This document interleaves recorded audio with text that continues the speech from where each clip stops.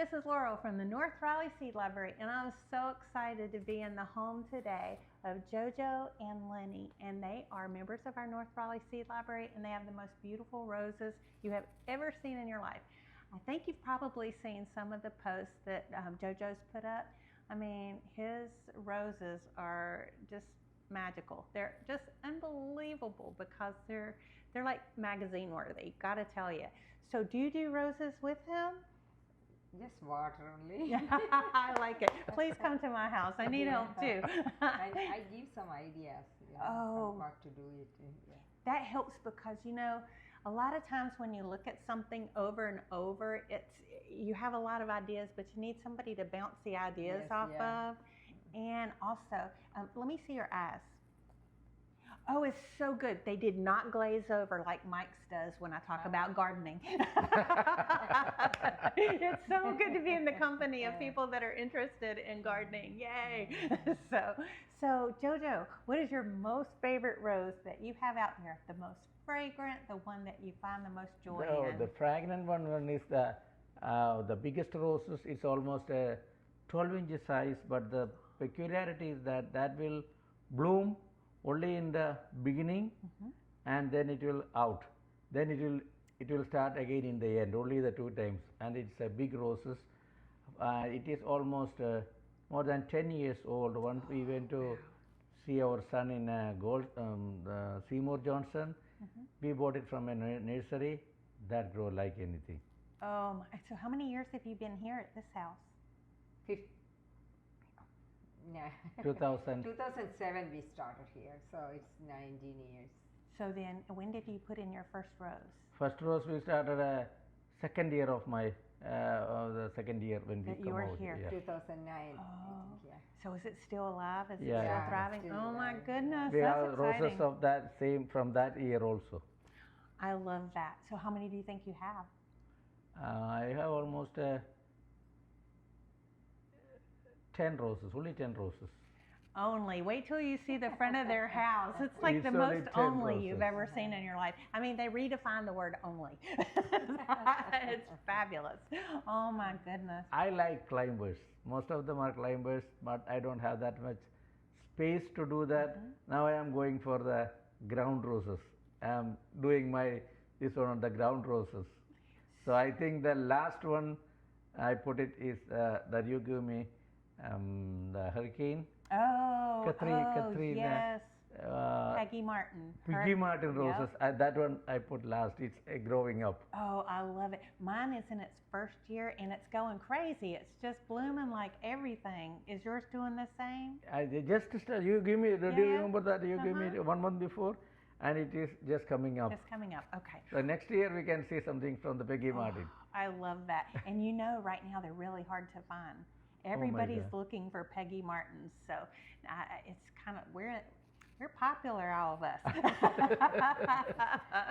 Oh man. Okay, so when you go outside, what do you have to do for your maintenance schedule? Because I learned when it snowed and I watched way too much YouTube that you have to do stuff each month. Up until that point, I was just living life, having no idea that there's a schedule.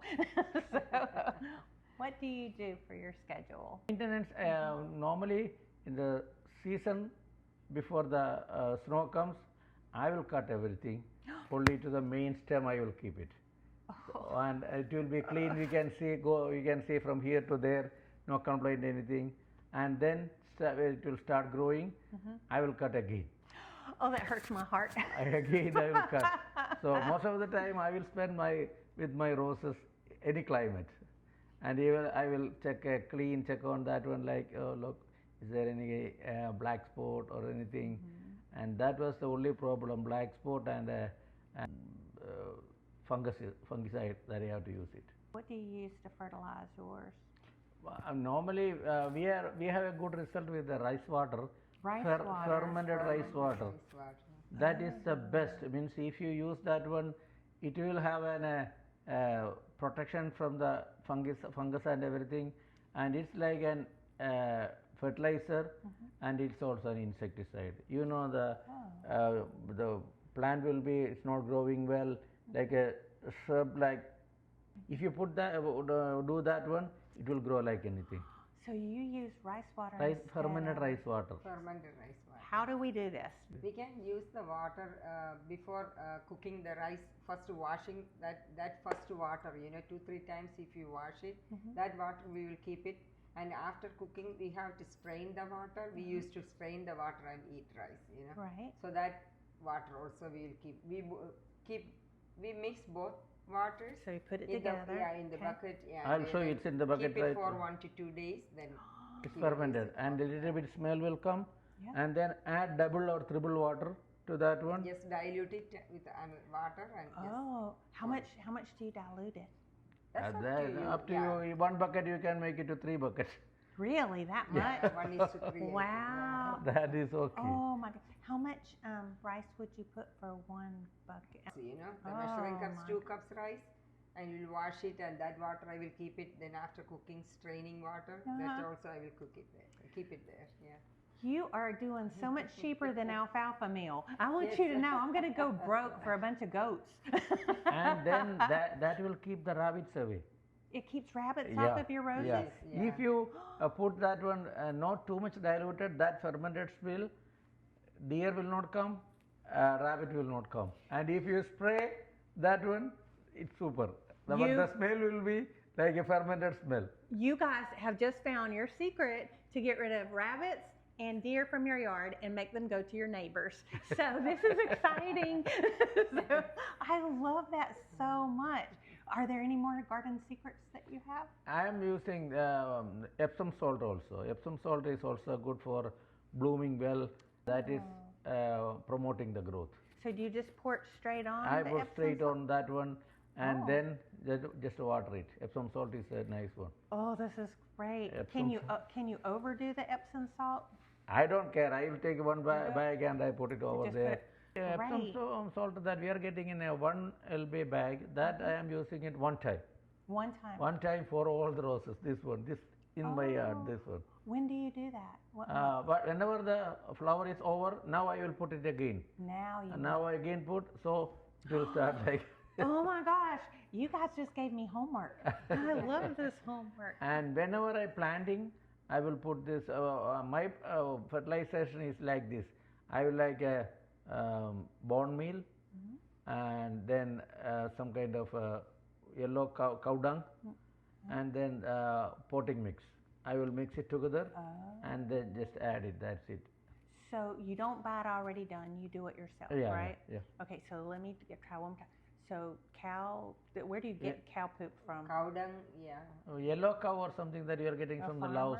A Lowe's? Laos, yeah. Oh, the cow manure stuff that Yeah, comes the in the bag? yellow bag. Got it. I was like, he's got a connection. He's like, where is he finding these cows? Oh my goodness. So you get it from Lowe's, and then what else do you mix Bone with meal. it? You will get it from the Laos. Oh, bone meal. Yeah. I've never bought it before. Yeah, bone meal bone is meal good. is really you. good for Bone meal is vegetables very too. good. Okay, so I'm going to get a bag of manure, a bag of bone meal, and then what's the next thing? I'll take 1 pound, I think. The bone meal is 1 pound. So I'll take 2 bone meal, 1 bag of yellow cow, Yeah. and then 1 bag of a potting mix, Potting mixing mix. together.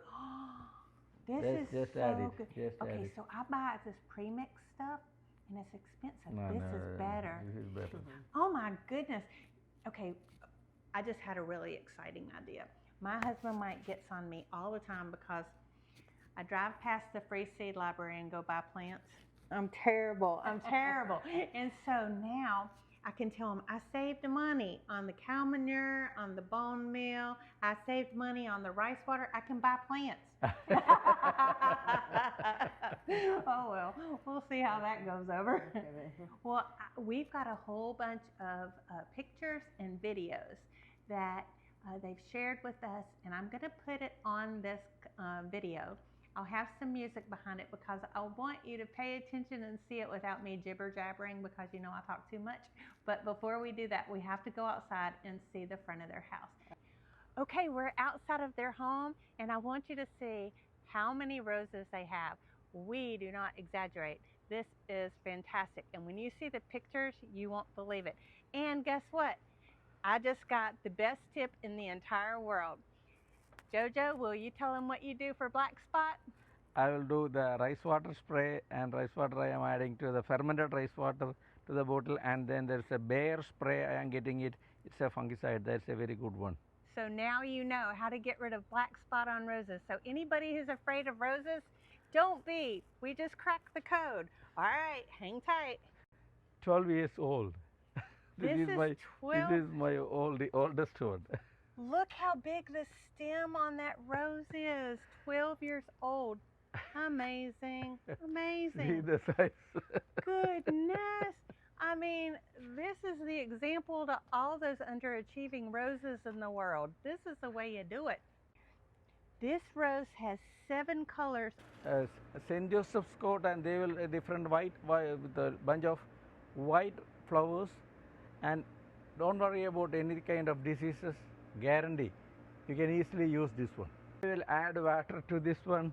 Just put it on the any plant, So vegetables or a flowering plant. It's very good. So this is the fermented rice water. It'll keep away black spot, Everything, like deer, deer, rabbits, rabbit, and everything away. That's awesome. Thank you so much for sharing that. Okay, everybody, I hope you enjoyed the tour. I'm so very grateful to you both for having us in your home and in your garden. It's something to be proud of, something you've worked so hard on. And I hope you guys make sure to thank them when you see them, because they just kept the deer and the rabbits out of your yard. Take care. We'll see you in the next video. All right, thank you. Bye.